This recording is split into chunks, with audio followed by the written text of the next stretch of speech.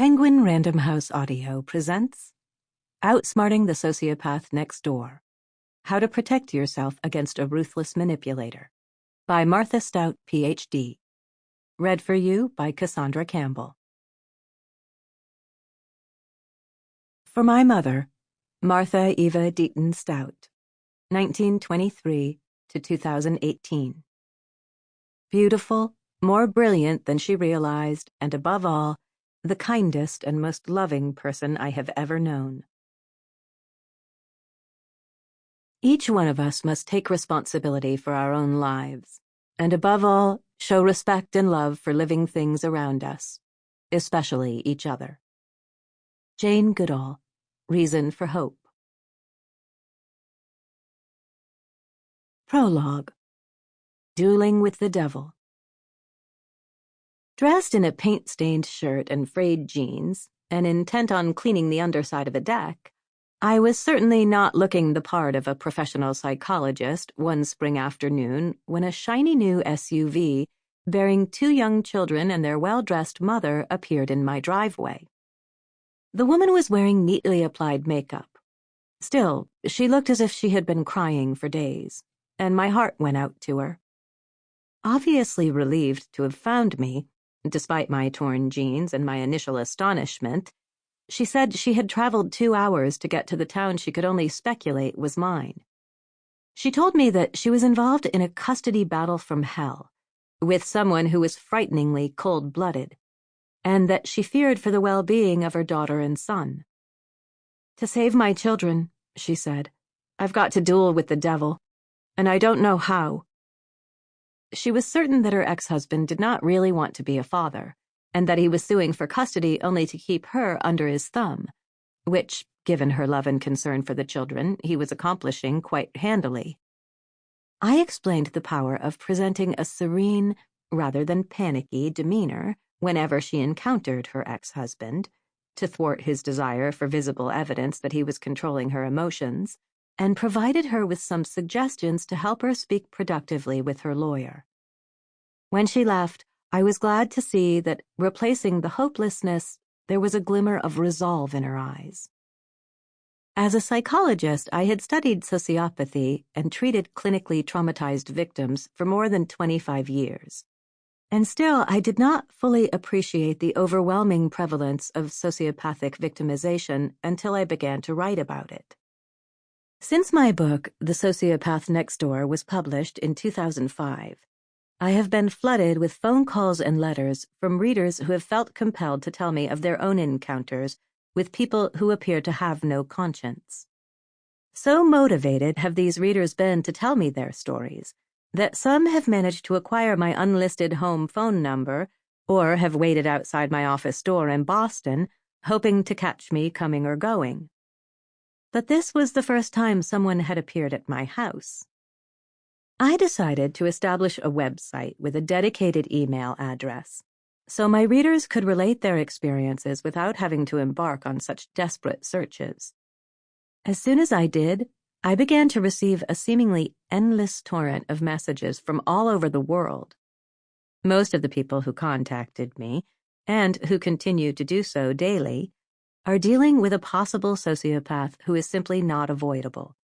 The opposing party in a custody battle, a boss or a coworker in a job too valuable to leave, an adult in their family, or, in perhaps the most excruciating situation of all, one of their own children. The readers who seek me out are from both genders and many different walks of life. But they have certain experiences in common. They have all felt alone and more than a little crazy. Each has believed him or herself to be the only person ever fooled and manipulated by a human being who turned out to possess an alien mind. They have survived a reality-shattering relationship with at least one person incapable of guilt, remorse, or even concern. And until they read The Sociopath Next Door, all of these survivors had assumed that no one would believe their strange story. My book had given them the concepts and the words to describe their experiences. Now they were searching for tools to protect themselves and their loved ones. It is for them, and for all people who find themselves in unavoidable struggles with the conscienceless, that I have written this book on how to prevail against a sociopath. Nearly all the letters I have received over the years fall naturally into a few categories, and in media appearances and private conversations since 2005, I have been asked countless questions on these same crucial topics. In this book, I will discuss all of them. The grim reality of sociopathic children and how to deal with them. Specific methods you can use to overcome a sociopath who has targeted you at work. What to do when, terrifyingly, your opponent in a child custody struggle is a sociopath. Assaultive sociopaths, including cyber assault. And the differences between a sociopath and a narcissist. The book also includes a chapter on sociopathy in our corporations and governments, and thoughts on the nature of good. Most conscienceless people seeking to blend in with the rest of society, and not wanting to be caught or imprisoned, commit invisible moral and interpersonal crimes. Contrary to popular misconceptions, sociopaths who turn to lethal violence are a small minority. They are far more likely to be destructive liars and manipulators who play brutal psychological, financial, and political games with our lives. They comprise the single largest subgroup of domestic abusers, people who attempt to enhance their sense of power and control by beating up on spouses, children, and the elderly in the privacy of their homes. This is one of the reasons we find them so difficult to identify. But when sociopaths do murder, the results disturb us deeply. I'll discuss the pattern seen in murderous sociopathic behavior and how this form of aggression is motivated differently from non-sociopathic violence. Psychologists are loath to recommend avoidance as the solution to a problem. But where sociopathy is concerned, avoidance is actually the optimal course.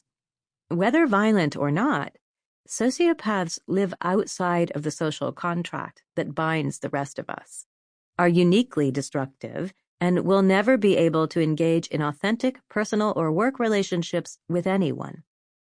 Their sole preoccupation is to have power over other people, and the most advisable and least dangerous course of action is to avoid such people altogether. However, steering clear of the sociopath is not always possible.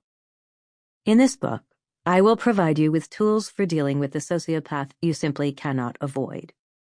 You will read stories inspired by the many, many letters I was sent, accounts from people who watched in shock as the scaffolding of accepted human reality fell from beneath them, and who bravely tried to rescue themselves and the people they loved in a world that no longer made sense.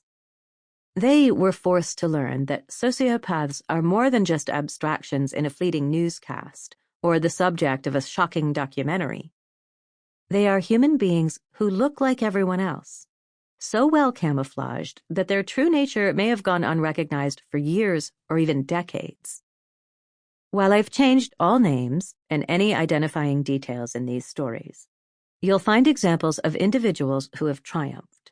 Men and women who have dealt successfully with people who appeared to have no conscience, but also sad and even frightening stories in which the ruthless seem to win in the end. Whether they conclude in success or in travesty, all of the stories illustrate the ways in which our traditional ideas about evil have blinded us to its true nature. Evil behavior emanates from an emotional hole, and being unaware of this has severely limited our ability to deal with ruthlessness in our day-to-day lives and in our society. The real-world-based accounts in this book affirm that a new, rational understanding of the leading source of human evil, the characterological and neuropsychological absence of conscience, could give us a crucial advantage as we deal with sociopathic people in our lives, and as we face the human-mediated problems of our age. I believe that for our personal safety, and indeed for the well-being of the planet we live on, we must abandon our mistaken beliefs, our sociopathy blindness, and take a useful stance grounded in knowledge and competence. We must learn that despite their trademark lack of emotion, Sample complete. Ready to continue?